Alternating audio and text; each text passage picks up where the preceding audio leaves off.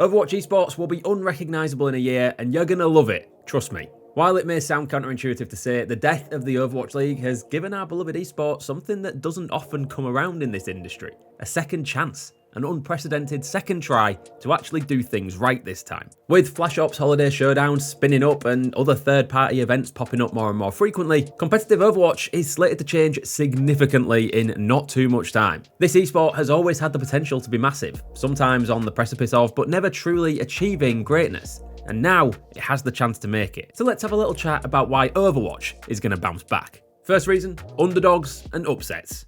Upsets are becoming more and more prevalent, and Overwatch will flourish because of it. And part of the reason why is thanks to the death of the Overwatch League. The change in the culture around competitive Overwatch from the league format to more open and grassroots-focused events draws into question how seriously select teams take events and what their preparation looks like. And yeah, this is something players and viewers are going to have to adjust to. The knock-on of that is that upsets are going to be far more likely now as players adjust to their new norm, and should continue as attention gets split between qualifying for one event and winning another. This is a good thing. Esports is drama, it's the key to its success, and what is more dramatic than an underdog victory? Why do people remember Runaway so fondly from the Apex era? Aside from the pink sweaters, they go without saying. Maybe it's the fact they represented something more than themselves. A dream shared between a man and his family, a hope that a ragtag bunch of players, scouted by the same man who helped to catapult League of Legends star Faker, could challenge funded and sponsored teams, not just pushing them, but beating them outright. The Overwatch League lacked those underdogs outside of the cynical budget wielders or downright poor performers who couldn't upset a stomach if they wanted to. The Overwatch League could never support a true underdog story, it just wasn't built for it. Now though, these kinds of stories are already happening. Like in the European wing of the Flash Ops Holiday Showdown. Ex-Oblivion, a European super team, finished their Swiss stage with an 8-2 record. Now ask yourself, is that due to them being bad players or their priorities either not being aligned or being spread thin? Could that underperformance have something to do with Hadi participating in the Saudi E-League? And if so, does that split attention matter in the long run? Regardless, more competition will hopefully mean more teams, more players, and more opportunities.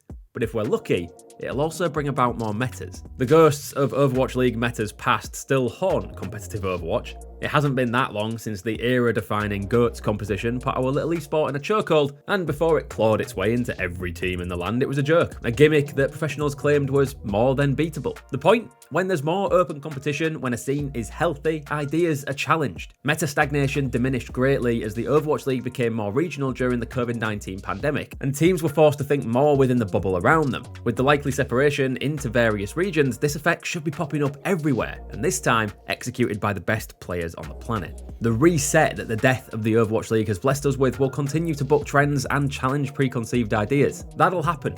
Or will devolve into chaos, which still nets the same outcome that ultimately we as fans probably want.